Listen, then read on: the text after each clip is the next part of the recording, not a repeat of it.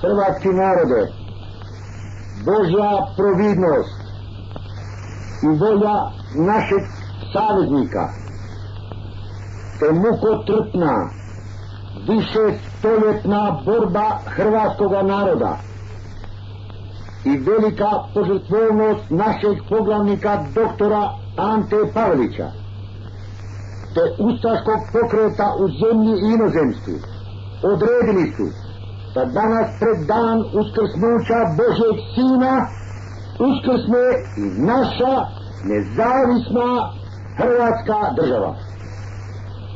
Pozivam sve Hrvate, na komu god oni mjestu bili, a naročite sve časnike, počasnike i momčad cjelokupne oružane snage i javne sigurnosti, da drže najveći red i da sve s mjesta zapovjedniču oružane snage u Zagrebu prijave mjesto gdje se sada nalaze, te da cjelokupna oružana snaga s mjesta položi zakletu vjernosti nezavisnoj državi Hrvatskoj i njezinom poglavniku.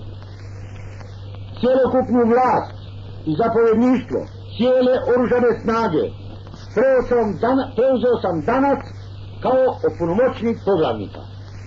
Dok i Hrvati za dom spremni!